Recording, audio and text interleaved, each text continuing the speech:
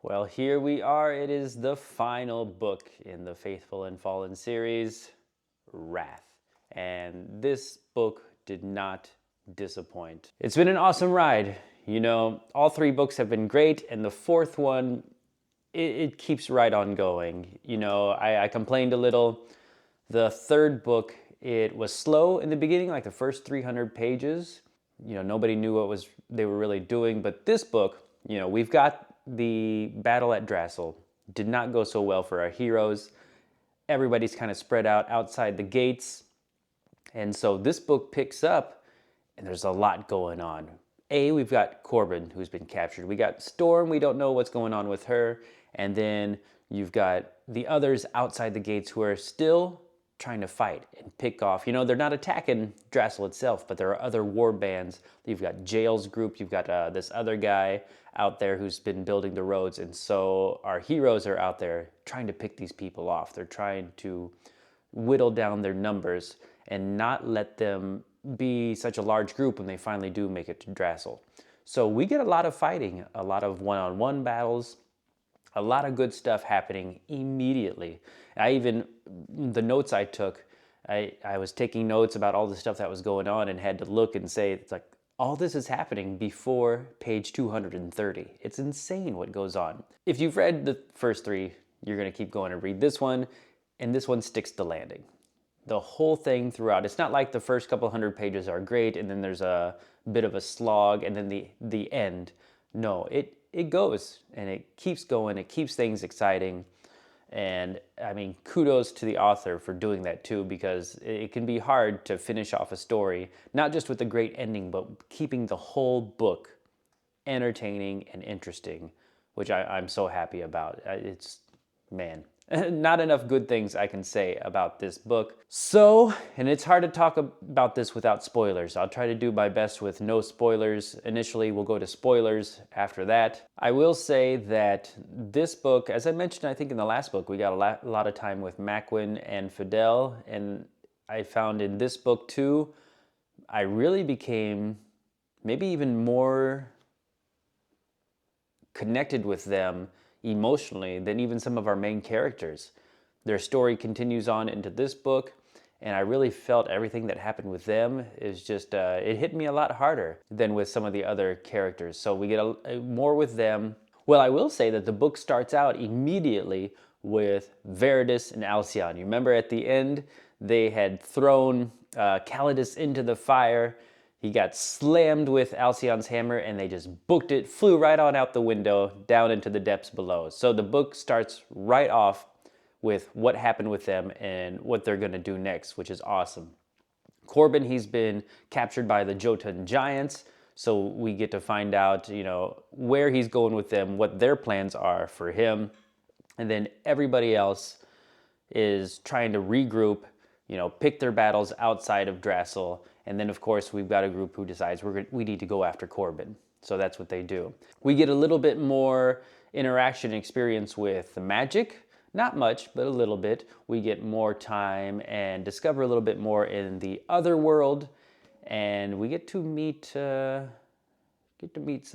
interesting folk. Maybe, yeah, I'll just leave it at that. Get to meet some interesting folk. Idana, her story, it's not doing it for me. Even in this book, her story doesn't do much. There is a point in this one where, her mindset kind of switches and she focuses on the big picture rather than just herself. So that was good to see. Overall, though, the book is fantastic. It's an awesome ending to the series. Go out and read it. I can't think of any more I can say without spoiling anything. Please do, though, leave a comment down below. And after you read the book, come back and we'll chat about it more then. So until then, I'll see you next time. For those of you who have read it, it's spoiler time, and we have a lot to talk about. First, we'll start with Corban, when he goes with the Jotun. And I figured when he was there that he was going to befriend some of them. We know Corban, he's good-natured, a good guy. And the Giants being so open and just like letting him walk around and talk to people, you figured it's like, okay, he's going to win the hearts of some of these Giants. Of course he is. But then when the elder came down, he's just like, what should we do with you? Tell me your story, blah, blah, blah. And then kill him and throw him in a pit somewhere in the desolation. And you're like, uh-oh, maybe this isn't going to go so well. But then, of course, Corban's crazy friends and guard comes strolling in, and everybody's like, I challenge, what's his face? What was it? The blood feud or something about that. And then like the Giants are just like, okay, sure, come on in and you can have your battle. So that was a fun time, a great rescue. And then, of course, he got, who was it? Varen, and is it Sig, the girl? Who saw the giant civil war breaking out? You know, the Giants, they've got their own Jail O'Connell, the guy who's kind of ruled by emotion. And so I didn't see that coming. That was kind of interesting. But yeah, we get out of there, and while that's happening, Storm is being brought back to life, so to say. And I've got to say, so Brenna, she's using blood magic, right? Dark magic to kind of heal Storm. And she even tells Cywen, who's noticing this, and she's like, what are you doing? And she's like, this is the only way. This is the only way she's going to recover from this. So we got to do it, and just kind of, And so you wondered from that point, it's like, all right, there's got to be some side effects or consequences to using this kind of magic, huh? And even later on, like when Corban got reconnected with her, and I think Cywen saw her again. I guess it wasn't Cywen who was with Brenna. Maybe Corlin who was saying, are you sure you should be doing this?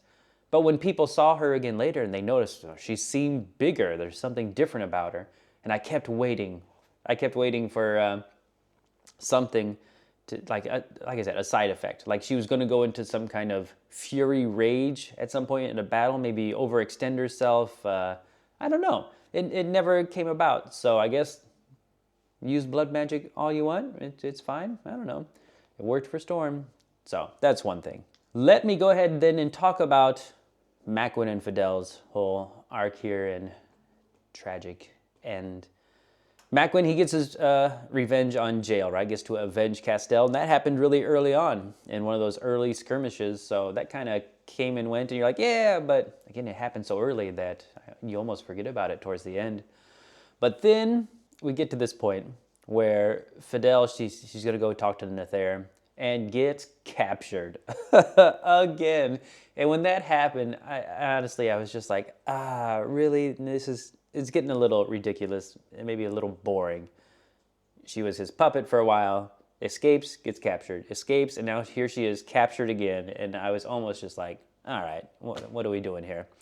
But it leads to something interesting, right? We go to that island looking for the Torque, get to see, what's his name, Halvan, the guy who wrote the book all that time ago, and you're like, whoa, he's still here, he's sitting here, he's still around.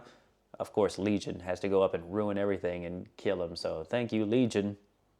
But then we get to the hard part, where Lycos has Fidel up on the cliff, and he's telling Macwin, it's you or me, cut your wrists here, and she gets to live.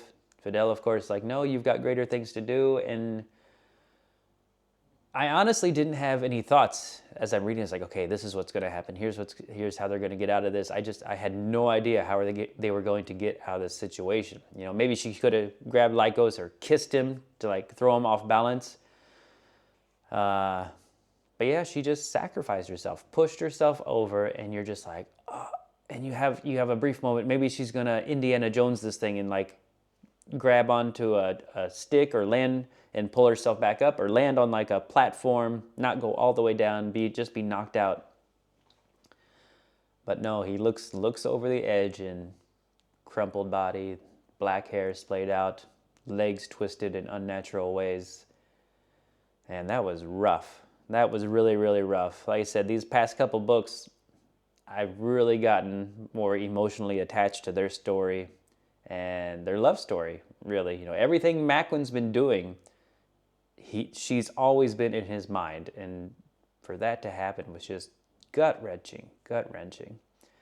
I mean, he got Legion, and he chucked his head off towards Lycos' boat, which was pretty nice, but oof, that is rough. And so let's stick with it. He eventually gets back. He gets Lycos, pins him to the tree, and I was kind of hoping he would torture him a little, maybe cut off an ear, cut off his nose, you know, torture him a bit, you know, really take pleasure in disposing of this guy. But when those ants come, it's a good thing. It was a good thing because it wasn't the whole swarm, the whole army of ants. It was just a few of them, just enough not to kill him quickly, but to let him experience some real pain. And when the one or a couple of them started going up his pants and getting to the soft bits, he's like, ooh.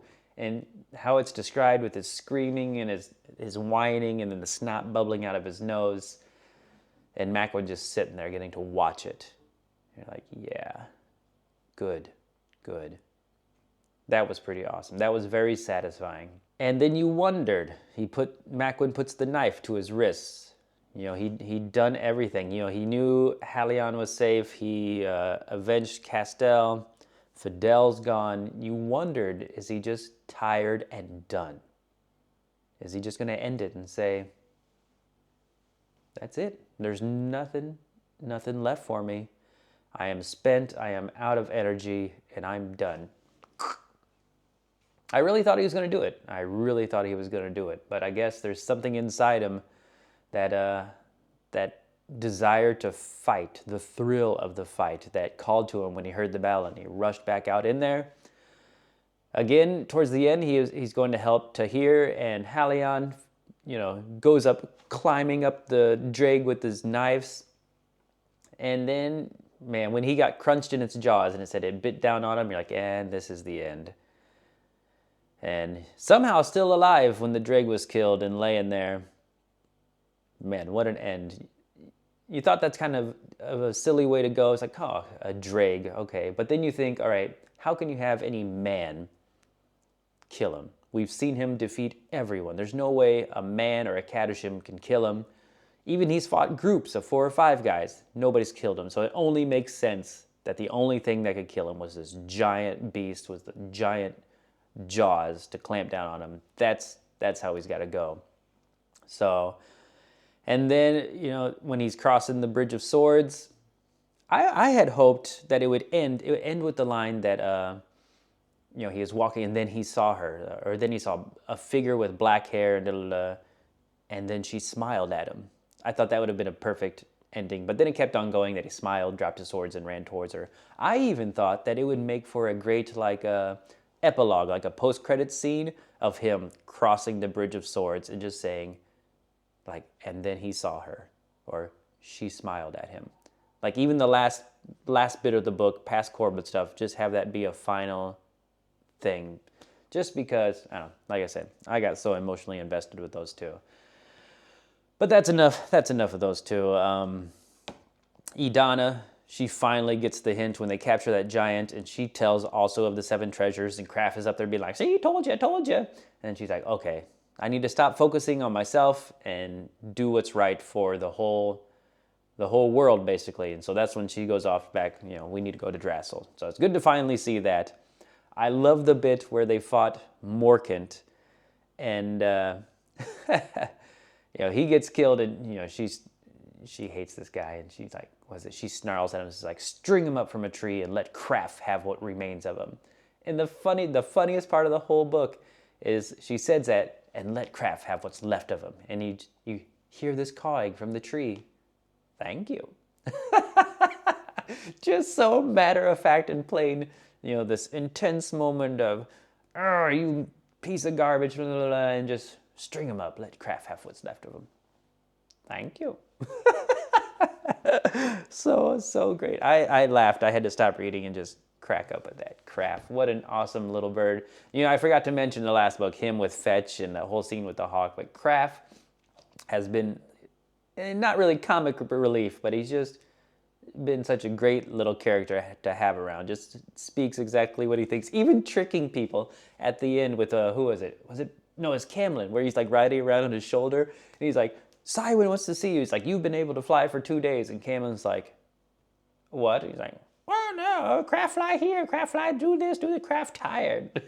He's like, you little sneaky little bird. So yeah, Craf was awesome. All right, what else? Let's go to the Starstone Cup. Rafe drinks it. He gets all this vitality and almost like a bump up in a human ability, right? His senses. And then it seemed kind of wasted. Who is it? Is it Euthus? And Rin drank from it. And then you're kind of like, okay, where's this going to lead to? And then nothing really, right?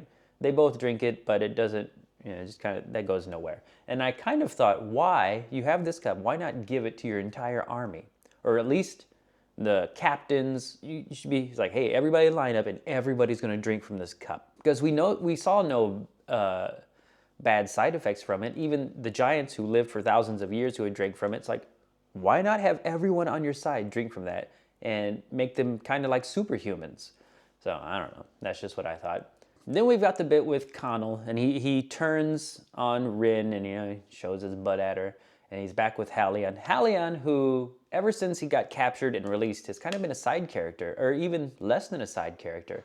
The first book or so when he's with Corban, he's always there, this presence, and then he just kind of fades into nothing. So, it didn't affect the book, I guess, but it's just kind of disappointing. It's like, oh, Halion, you're this ever-present figure, this big mountain of a man, and then you just kind of fell off even to less than a character than Camlin and Meg, really. Meg was much more,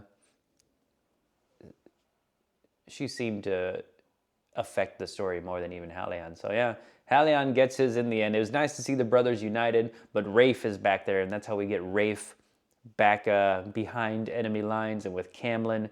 And I thought, you knew he was riding Shield, of course, and you knew she was going to stop when she saw Budai. But I thought it would have been nice if he would have met the same end as that other soldier guy where Storm let her little pups like kind of hunt him or finish him off. I thought that was going to happen with like Budai. Budai was going to be like, and maybe have like Rafe crawling away and have it finish with like, then he felt Jaws upon his ankle pulling him back. I thought that would have been a fun ending, but just an arrow to the chest. So good riddance, Rafe. Seemed like you almost thought at some point maybe he was just, a lost boy, didn't know, how to think, what to think, and maybe he would change sides eventually, but nah, goodbye, Rafe. Still would have thought the Wolven Pups ending would have been more entertaining. But anywho. All right, let's get to the big ending. A lot going on here. We get to see, I talked about there not being much magic, and we get to see more of it from Rin, right? Like her true sorceress or witchcraft coming out, which is kind of cool. It's like, oh man, she's going to turn, kind of like Jafar at the end of Aladdin, like she's going to turn into this big snake or this ever-powerful thing, which she started to show, but she kind of met her end a little quick. And of course, Calidus killing Brenna. I was hoping Brenna would be there at the end when they're all, the classic shot, everybody standing looking off into the sunset or something. You're kind of hoping Brenna would still be there. But no, Calidus got the best of her. And then Corban fighting Azeroth, which I don't understand Azeroth coming back into this world. If he's going to be made flesh and just can be killed so easily, I don't understand that. I also don't get why, when the battle really started getting heated and Calidus knew what Cywen and Brenna were doing with the chance, or at least he could have guessed. Why didn't he have people like say, go take the cup, the necklace, start taking these things, flying them out the hole in the roof? I don't know why those just sat around there. Maybe he was too focused on killing that, but he was such a good strategist and thinking, you just would have thought he'd be like, grab a few of those things and scatter them about, make it harder for him. But oh well. So we've got Corban fighting Azeroth. Of course, he gets saved by Gar, who gets the sword in the back. And that was another rough one to take. Obviously, Corban's, as he says, my father, my brother, my best friend. Kind of surprised Gar lasted as long as he did after that. But yeah, the fight. The fight with Corban and using Gar's teachings of you got to take a hit to give a hit, taking it right through the gut and lobbing off Calidus' head. I was a little confused when all this is finished and it goes back to Corban kicking Calidus, knocking him in the head, and like, wait, what's going on here? And it's like, oh, now they're in the other world because Calidus has been sent back there. Corban is dying, so he's in the other world. Or is that how it worked for Corban? I don't know, if you're dying, you should go to the Bridge of Swords, but I don't know. Anywho, he's back there. And he feeds him to Viathan, which is hilarious. Again, Viathan is one of those you would like to learn more about, but I guess we just got enough of him. The less you know, the more interesting he is, I guess. and he's just like feeding him. He's like, here you go, are you hungry? He's like, he probably doesn't taste good. He's like, you'd be surprised, or don't worry about it. So that was a nice end to Calidus there with his screams being pulled into that lake. But I thought, you wondered if Corban was not going to make it. That seemed like a real possibility for there for a bit, huh? I mean, taking the sword through the gut, and then it did mention like it was the right side below the ribs, and you're trying to think, okay, what's over there? Maybe it's not a death blow. So yeah, I thought it all wrapped up nicely. Obviously, Alcyon's okay from his stab in the back. Verdus doesn't want to be king. And now you've got a world with, they look to the sky and see figures with white wings, figures with black wings, and what a different world it's going to be. And I like Corban just telling the Ben Elam, is like, I'm not going to be your puppet, all right? I'm done. I'll fight him my own way. I'm getting out of here. See you guys later. Verdus will go with them. Cywen and everybody else, Storm and her cubs. Happy ending, huh? I gotta say, not only this book, but the series was fantastic. Other than that slow part, which is really me nitpicking, that slow part on the third book, the first couple 300 pages, it wasn't terrible. This series has been amazing. And I know he's got another series, right? Something of Gods or something. I don't know. I'll have to go find it, because if that series is anything, his writing, because there's so many, let me collect my thoughts here. Nearly what, 2,800 pages, 2,600 pages? And how many times were you reading this, the whole series, and thinking, oh, this is boring. Just come on, can we go? Hardly any for me. Hardly any. And to keep 2,800 pages going without being bored, but for maybe 100 pages throughout the whole series, is amazing. And the characters and the connection you build, I think this series is going to stick with me for a while, and it definitely ranks up there as one of the top. You can see I just got some hardcovers of Mistborn, which I've listened to this trilogy twice before, but I've never actually read it. And it's been maybe 10, 11 years since I've listened to it. But this series is one that it's at the top for me. I'm hoping when I reread it that it stays there. This one, though, The Faithful and the Fallen, it's got to be second as a series that I can think of. Wayward Pines was really, really good. But this one, 4 books that were just fantastic. And it just makes me smile to think about it, how awesome the world was. I remember the first book when I was talking about it, how it felt like a video game. The world building, it just felt, I think somebody even mentioned it in a comment, it felt real. And I think a lot of that has to do with the lack of magic. I was so worried in the second book when Brennan was trying to show Corban the book in Giantish and trying to have him learn about being an elemental. I was so worried that he was going to learn it and just become this, like magic was going to be too much in the battles, not only individual battles, but with armies. So I'm very, very happy that didn't happen. Even with Cywen, she obviously learned a lot, but used it so sparingly, basically having things in vials to throw at people and then, doing just a little bit of the spell casting, or I don't know what you call it, reciting the words. So I think that made it feel a lot more real. It was all about sword fighting, punching, kicking, arrows, hammers, that kind of stuff, which is great. I think if you're going to be a magic book, be a magic book. And this is not a magic book, not a magic series. So I'm glad they stuck with it there. What else to talk about? I don't know. I could probably just ramble on about random things, but you get the point, right? You know it, you've read it, a fantastic series. Let me know down in the comments below, not only what you thought about this series, but his other series. If you've read that one, if it's good, if it's worth a read, if it's similar to this. And also, please, if you have recommendations for other series that are similar, in the fantasy, dark fantasy, grim dark genre, let me know, because there's a lot out there, too much for one person to consume and know about. So please do give me some recommendations down in the comments. Also, like and subscribe to the channel if you haven't done so already. Thank you so much for coming along on the ride with this series. Man, I'm so sad it's over. I'm so sad it's over. I loved it. I loved it. I'm sure you loved it too. And I guess I'll see you on the next one. I'm probably going to read maybe a couple of short books. I've got The Wizard of Oz, just a short little book. I've never read it, so I'm probably going to rewatch the movie and then read that and see what the differences are. I've got, I think, The Time Machine by H.G. Wells, another short one. So I might take time off by reading a couple of short stories as a little palate cleansing maybe, and then jump into, I've got the history books here, a couple Dan Jones ones that I need to read, and then definitely Mistborn will be the next series that I read. So stay tuned for all that. Thanks again for watching, and I'll see you later.